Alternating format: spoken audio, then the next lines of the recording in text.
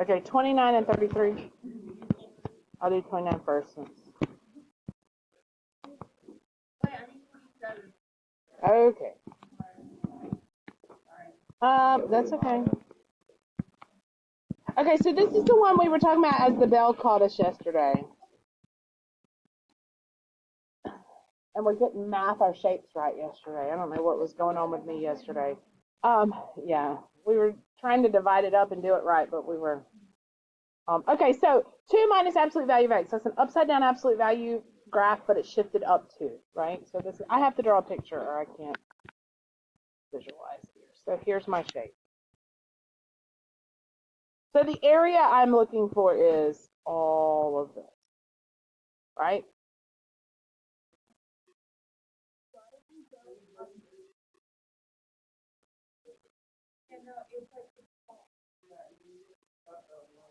Oh, because it's not, I see what you're saying. I was like, yes, it is. Okay. Oops. Not mathing right today either.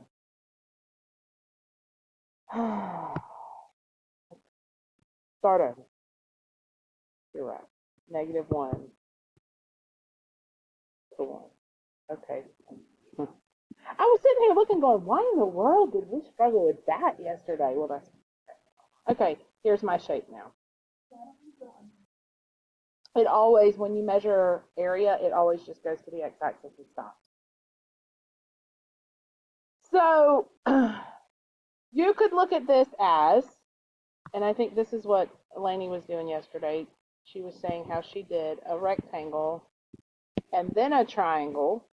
And then some of us, I think Stella did, was that not you, Madison? Somebody, 2 trapezoids, right?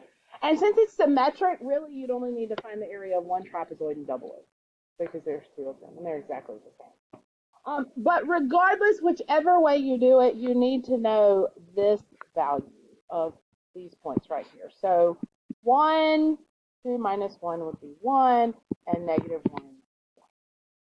Yes. If I do area of the trapezoid, 2 times the area of the trapezoid, that would be 2 times this trapezoid base 1, which that height is 1, plus base 2, that height is going up to 2. And then the width here is, of course, 1. What's 1/2?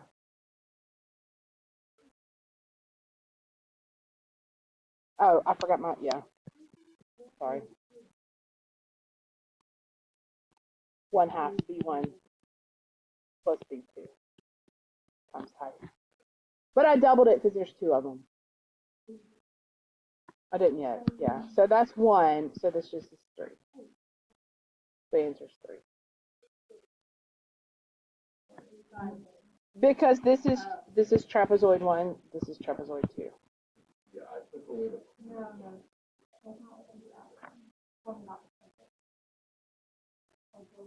Oh, so think about it, it's on its side right, and so let me do this. It's in blue here. Here's base 1, base 2, and then here are the sides. So here's B1, here's B2.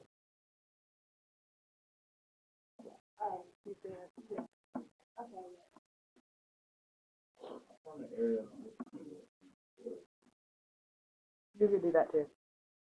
That's a lot of work. But yeah, you can. That's fine. Any way you see it. I didn't even see that way, but that's good. In which case, you could have done it the way I started.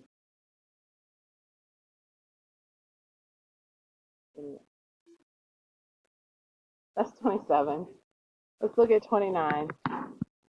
29 probably threw you just because it was a theta in there. From pi to 2 pi, theta d theta. That's like x dx, whatever. It's just so the line y equals theta. My variable is theta. It's just like the line y equals x, right? Because that's my variable. Are y'all with me? But this one goes from pi to 2 pi. What is my shape here? Trapezoid. So the area would be 1/2 base 1 What is this? What's this point? Pi, pi. Whatever x is, y is the same thing because y equals theta. And this is 2 pi, 2 pi. So I've got pi plus 2 pi times the height, which is spans across here, 1 pi. So 1/2 times, this is 3 pi. Oh, what is that, 3 pi squared? So 3 over 2 pi squared, or 3 pi squared over 2? Yes.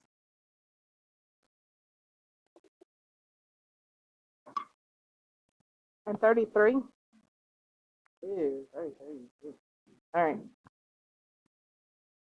33. From A, B, to S, DS, and it says that 0 is less than A. So it can't be 0 and B is bigger than A. Well, alrighty then. The line 2x up to over 1, or something like that. Would it be a straight line? I don't know. But 0, it won't be 0, right? So what I'm thinking is I'm going to just put a random A somewhere. It doesn't matter where it goes, and B just has to be bigger than A. So again, what's the shape that I'm looking at? A trapezoid. But I need these points. So this point would be A. Now if I plug A in for the variable 2s here, what do you get? 2A, that's right. So this will be A, 2A, which means this point would be B, 2B. So now let's find the area of the trapezoid. 1/2 base 1, 2A, plus base 2, 2B, plus the height, which is, we're going to B minus A since B is bigger than A. I would leave it just like that. I mean, I guess you could distribute that 1/2. Because it's the difference of 2 squares. I would say if you left it, no, it's not. I would say if you left it there, it would be okay. AB minus A squared plus B squared minus AB is the difference of 2 squares. You do B squared minus A squared if you formulate it out, if you don't.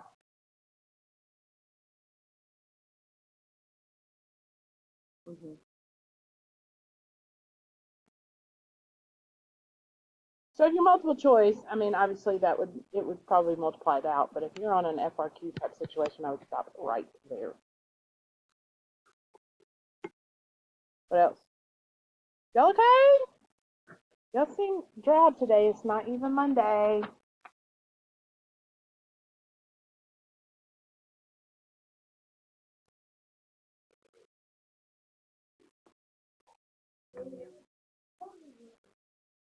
I think it's just getting back into everything. Like we were rested from break, and then we came back, and then it's just kind of like, okay, now I'm tired.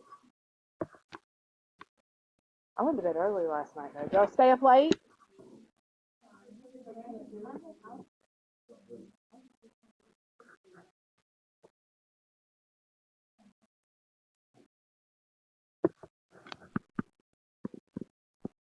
So we must have had an e-learning day this time last year because I have on Canvas, I had it where I had the notes posted and some handwritten stuff and told them to do their best because this was pretty easy. So, did we?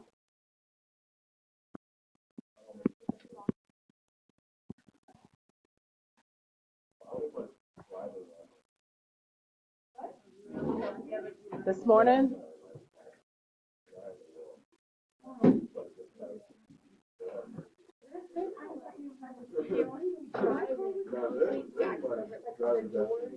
Yeah, it was this morning.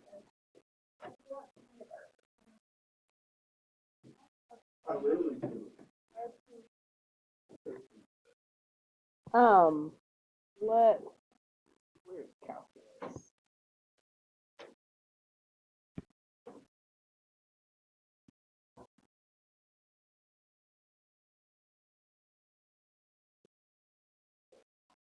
I'm gonna put this because it's well.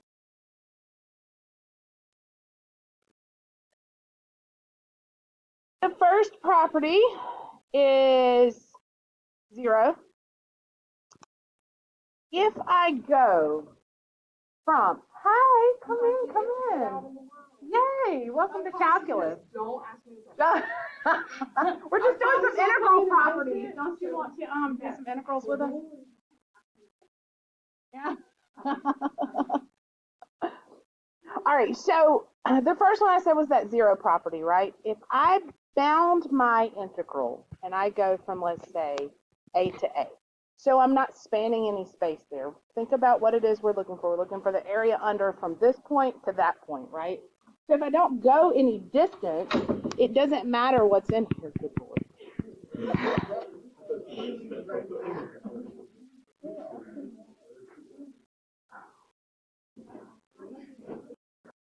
Distance here, so we're going from the same point, so it makes sense that it doesn't matter what function is in here. What do you think that equals? 0. It can't have any area under there if you're not spanning any area. There's property number 1. All right, property number 2. This is probably my favorite. Properties, and then we're going to play with them and see.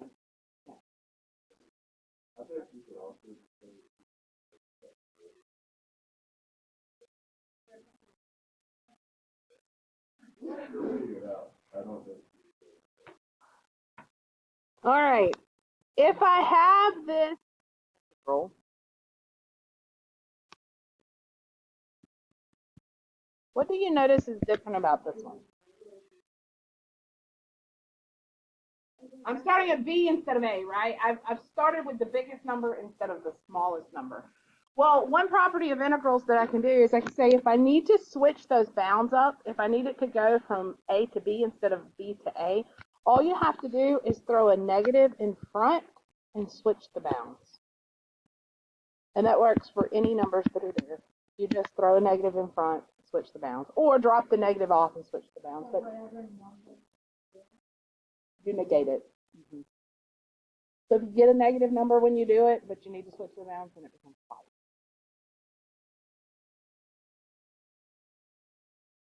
Oh, I just thought that was my heart's not starting.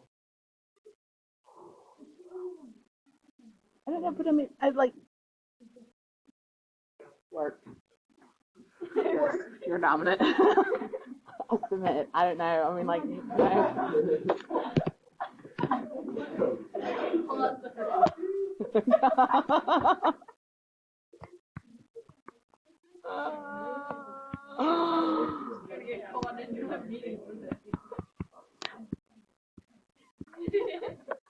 I was just being stupid. It's not like that. But yeah, okay. All right. If I have any integral from A to B, and I know that there's some value, and I probably should have said this was. Okay. I can split this up into separate areas, and I can say, okay, let's say I had some value C that fell between A and B, and that's why I said I should have put A to C and then split. But it's okay because we're going to use A to B on all of these. I could split this up and say the area from A to C, and you've really been doing this, but you didn't realize you were doing it whenever you started dividing up some areas and adding together. But I can split up the areas and add them together. That's all that's saying. If C happens to be in between A and B, then I could say from A to C and then from C to B, and together they would equal the total area. You've done that. We had 2 trapezoids, right? We added the area of each one. We split it into 2 areas and added it up. That's all that's saying.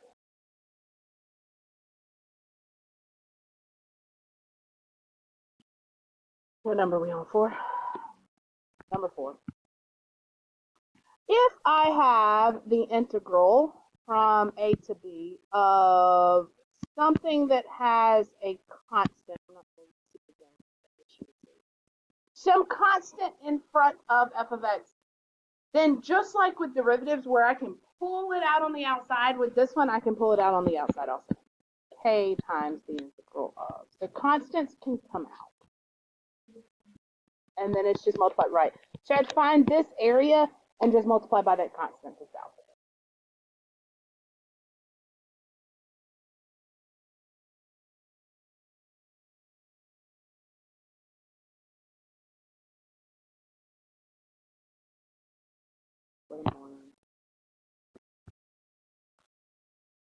Could have.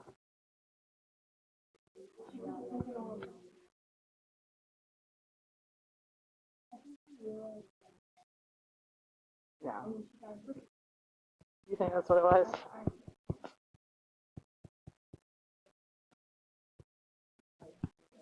She does.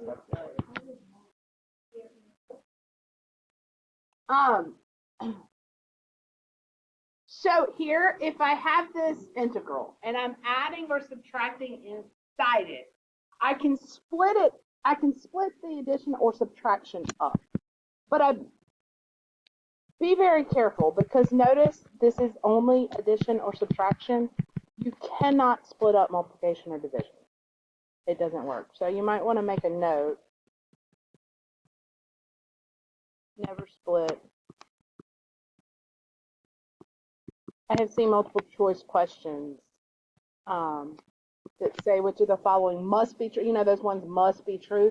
And they'll split the addition, the subtraction, and the multiplication and division. Just to make sure you understand you can't split the multiplication or division.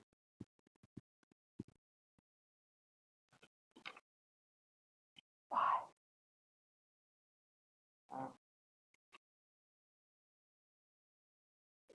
Let's do a couple examples. Okay.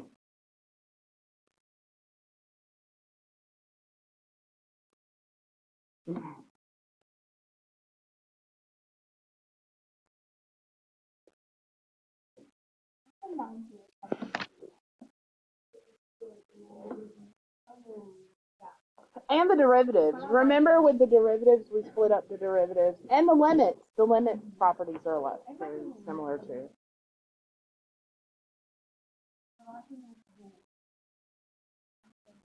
Yeah.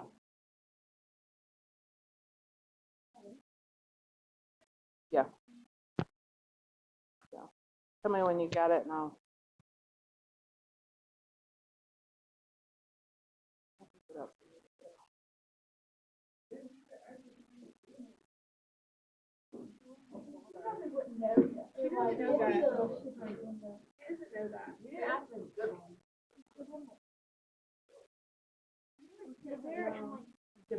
What you need to do is look at the schools around us, because we'll follow suit with whatever they do. Has anybody called yet? I agree, Joyce. Stand up. Let's be the first. That's right.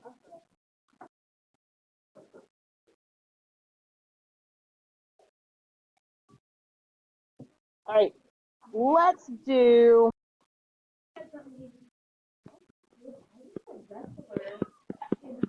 So you're like 5'11".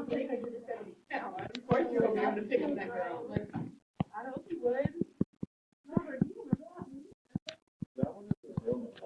Yeah, that was What is going on right now?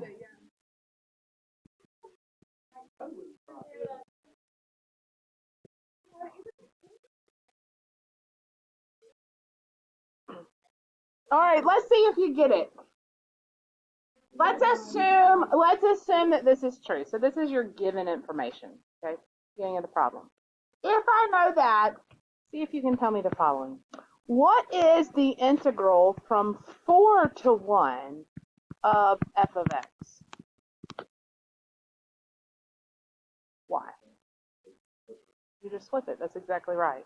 So f of x 4 to 1, this is 1 to 4, so I just negate it, so that would just be 2.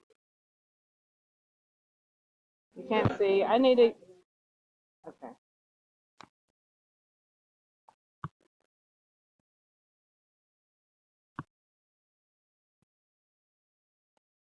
Let me make these a little bigger.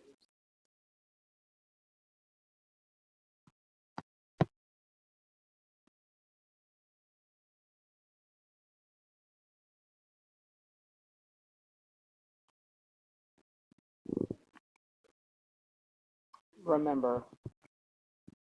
How about this one?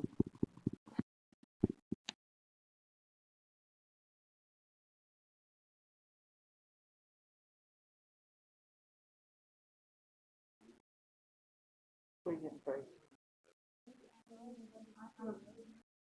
Okay, hold on, we'll wait. So, yeah.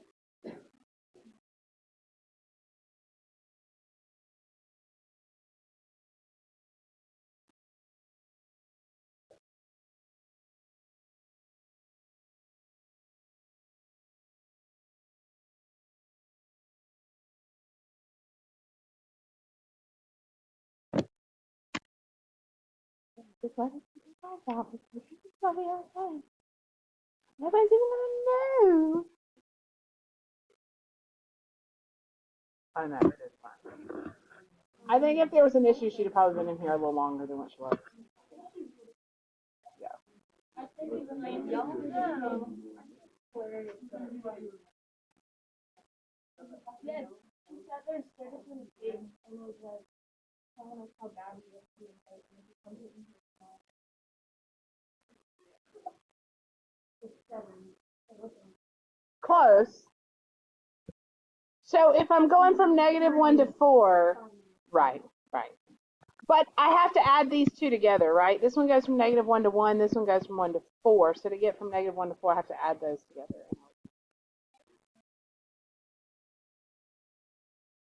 Integrals can be negative, but if they ask you to find area, that's not negative. But integrals can.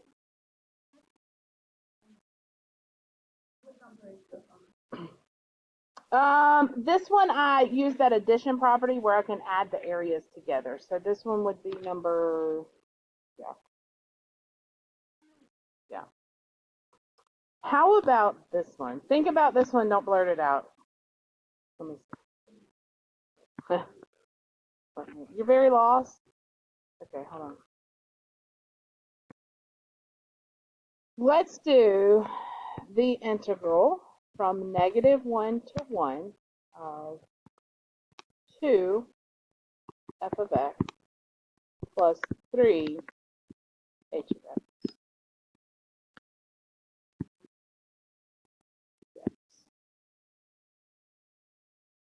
I'm going to let y'all cook.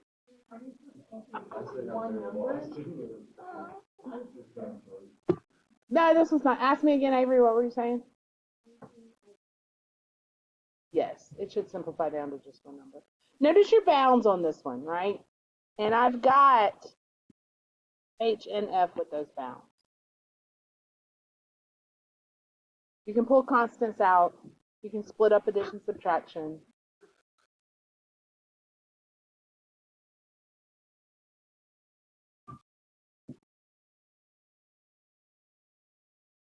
If you're super confused, wait just a second. We'll do it together. I'll walk you through it. I would split up the addition first.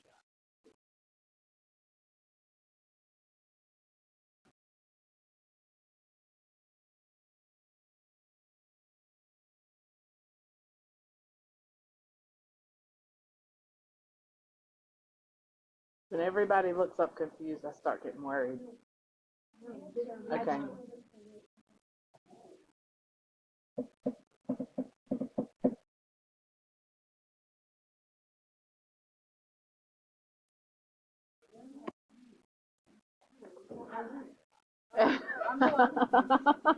Okay, let's work through it and see what happens. So the first thing I do is I'd split these up because I can split up addition and subtraction, right? If it was multiplication, I couldn't split it up, so be very careful. But it is addition, so I can split it up. So I'm going to say this is the same thing as the integral from -1 to 1 of 2 f of x dx plus the integral from -1 to 1 of 3 h of x dx. Now, because I have these coefficients, these constant coefficients in front, I'm just going to bring them outside the integral. And -1 to 1 of f of x is 5, so I've got 2 times 5 plus 3 times the integral from -1 to 1 of h of x is 7. So I end up with 10 plus 21, which is 30. Oh, yeah, that's why you were confused then. Reference those each time, please. That's why I was. Yes. Oh, thanks. Thank you. Thank you. I didn't do anything different. It's also not dried yet. By third block, it'll be.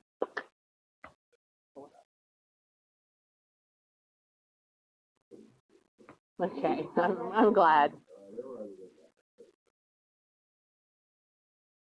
How about the integral from 0 to 1 of f of x?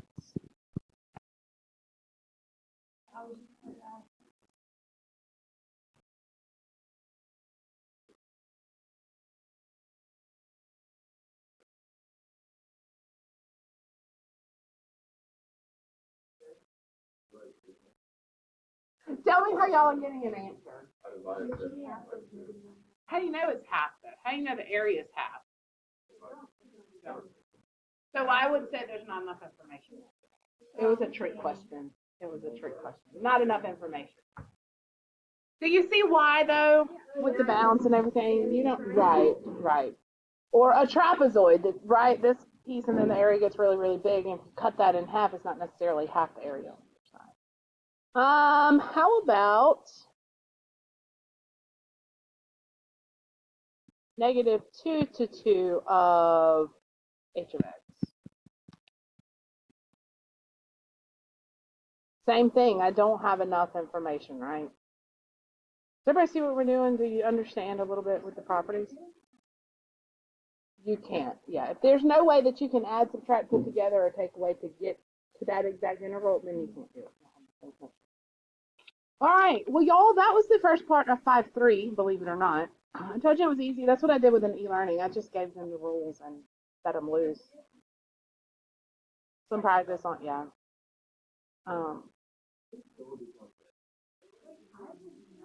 Actually, it really wasn't that bad.